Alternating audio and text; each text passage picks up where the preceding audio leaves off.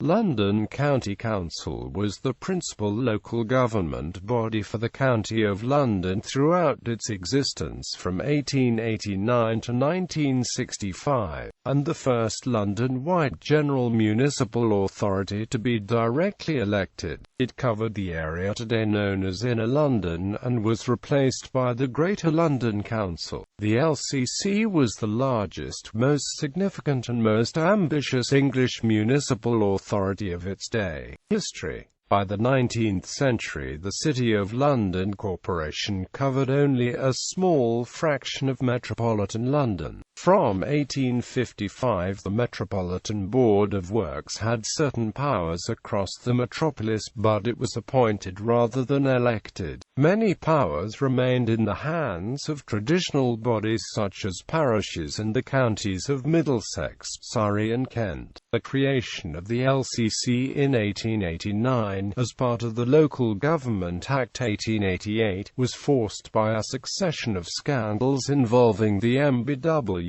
and was also prompted by a general desire to create a competent government for the city, capable of strategizing and delivering services effectively. While the Conservative government of the day would have preferred not to create a single body covering the whole of London, their electoral pact with Liberal Unionists led them to this policy.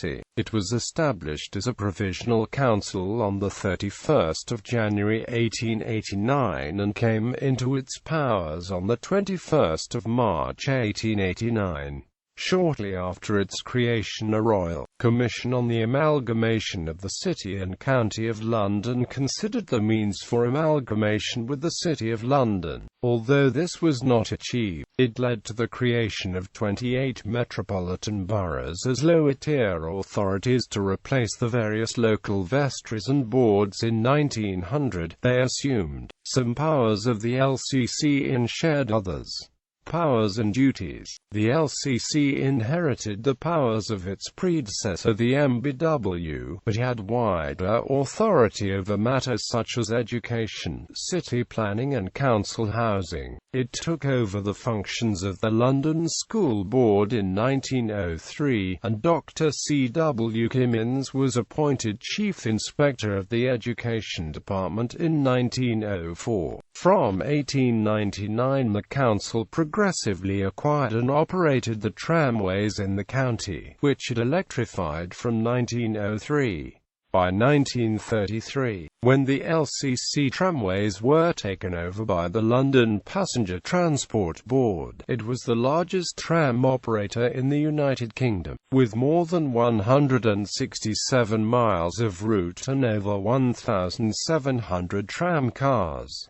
Housing reform. One of the LCC's most important roles during the late 19th and early 20th century was in the management of the expanding city and the redevelopment of its growing slums. In the Victorian era, new housing had been intentionally urban and large-scale tenement buildings dominated. Beginning in the 1930s, the LCC incentivized an increase in more suburban housing styles. A less dense style of development, focusing on single-family homes, was popular among London housing developers because it was believed that this would satisfy the working classes and provide insurance against Bolshevism. To quote one parliamentary secretary, the LCC set the standard for new construction at 12 houses per acre of land at a time when some London areas had as many as 80 housing units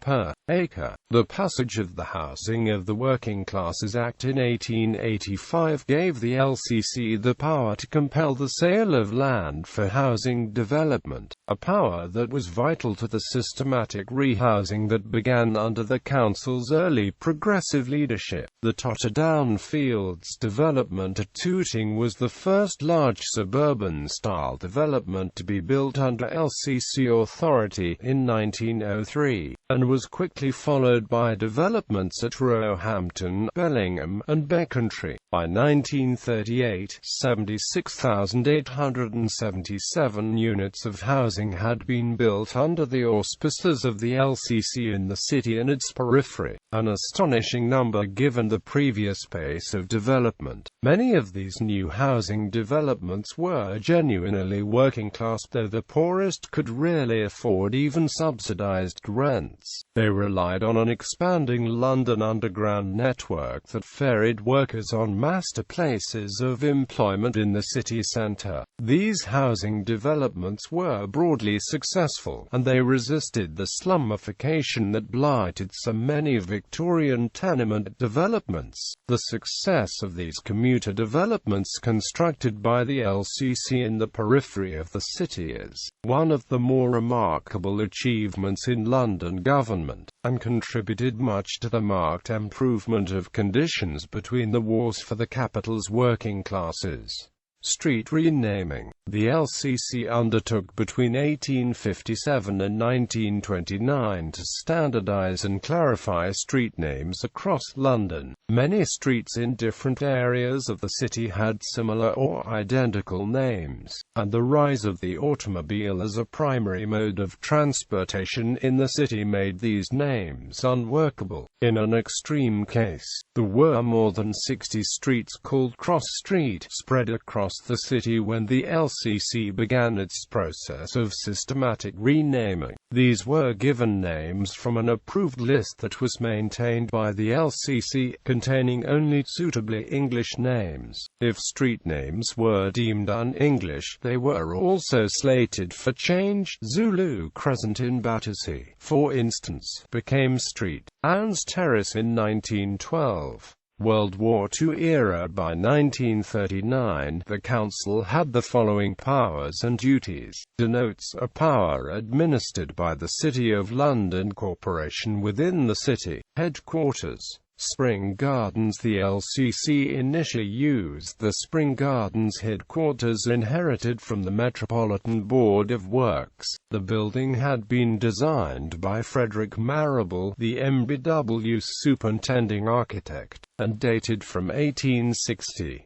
Opinions on the merits of the building vary. The Survey of London described it as well-balanced, while the architectural correspondent of the Times was less enthusiastic. He summarized the building as, of the Palladian type of 4 stories with 2 orders, Ionic above and Corinthian below, as if its designer had looked rather hastily at the banqueting house of Inigo Jones. The most impressive feature was the curving or elliptical spiral staircase leading to the principal floor. The original boardroom was too small to accommodate meetings of the new council, and it was soon replaced by a horseshoe-shaped council chamber. Search for a new site. By 1893, it was clear that the Spring Gardens building was too small for the increased work of the LCC. 7 additional buildings within a quarter of a mile of the county hall had been acquired, and it was estimated that they would need to take over an average of 2 more houses annually. The Chancellor of the Exchequer, Sir William Harcourt, offered the council a site at Parliament Street, Westminster, for £750,000.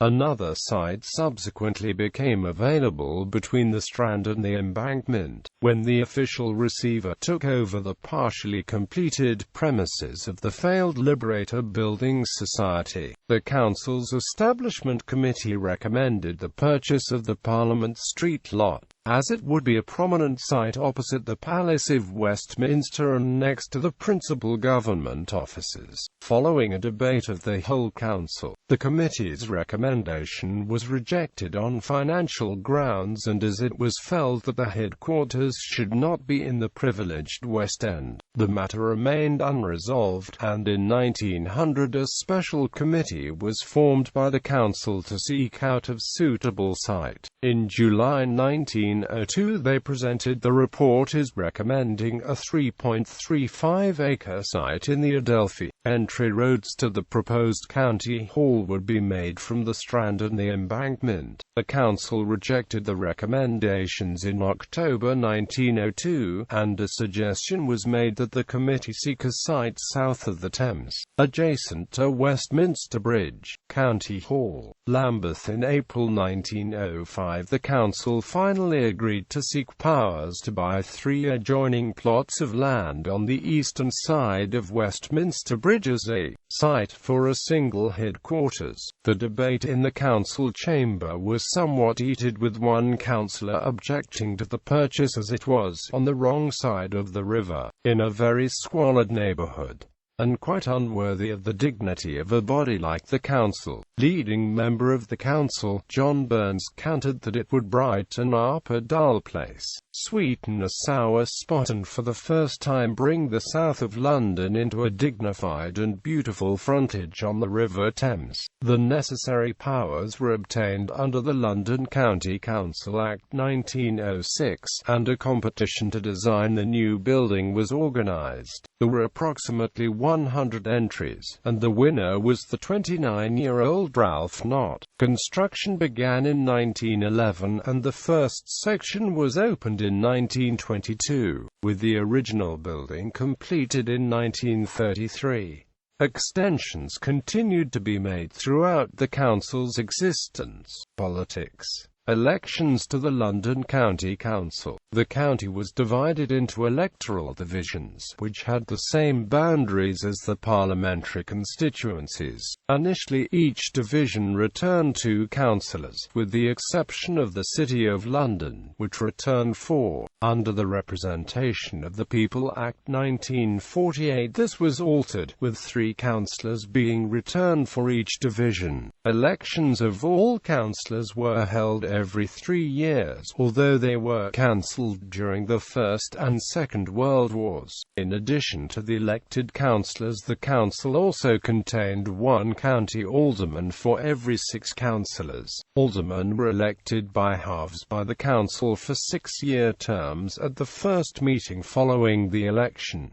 Political control. Initially, it had been hoped by many that elections to the LCC would be conducted on a non-partisan basis. But in the council 2 political groups formed. The majority group in 1889 was the Progressives, who were unofficially allied with the Liberal Party in national politics. Those who allied with the Conservative Party formed the Moderate group.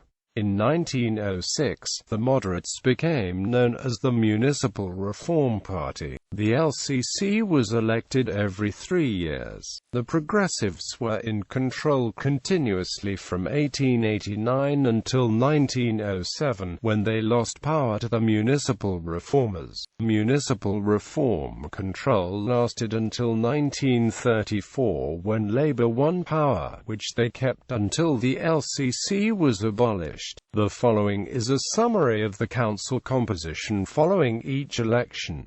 The figures shown of the number of councillors plus aldermen. For instance, 13 plus 2 indicates 13 councillors and 2 aldermen. Leaders of the London County Council. The post of leader was only officially recognised in 1933. This table gives the leaders of the majority parties on the council before this time, although in the first term this had little relevance in terms of the leadership of the council. Sir Thomas Farrer, James Stewart, Charles Harrison, Thomas Mackinnon Wood, Richard Robinson, Hon. William Wellesley Peel, William Hayes Fisher, Cyril Jackson, Ronald Collett Norman, George Hopwood Hume, Sir William Ray, Herbert Morrison, Lord Latham, Sir Isaac Hayward, Chairman of the London County Council, Chairman and Vice-Chairman. The County Council was required by statute to appoint a Chairman and a Vice-Chairman at its annual meeting. Both of these positions were generally filled by members of the majority party. The Chairman chaired meetings of the Council, and was the county's civic leader, filling a similar role to the mayor of a borough or city. The Vice-Chairman performed these functions in his absence. The first chairman was the Earl of Rosebery, and the last chairman was Arthur Wicks. The chairmanship was a prestigious office, second only to that of Lord Lieutenant. The incumbent chairmen were honoured with knighthoods on the occasions of the coronations of Edward VII and Elizabeth II, and the laying of the foundation stone of County Hall. As part of the celebrations of the Silver Jubilee of George V in 1935, it was announced that the chairman would in future be entitled to use the style Right Honourable, an honour already enjoyed by the Lord Mayor of London. Deputy Chairman. The Council's standing orders also provided for the post of Deputy Chairman. Until 1895, the holder of this office was in charge of the organisation of the Council's activities, and was paid a salary. This was seen as a conflict of interest by the Royal Commission on the Amalgamation of the City and County of London when they reported in 1894, and in 1895 a county clerk was added to the council staff to perform these duties. The deputy chairmanship then became purely ceremonial, and was filled by nominees of the opposition party on the council.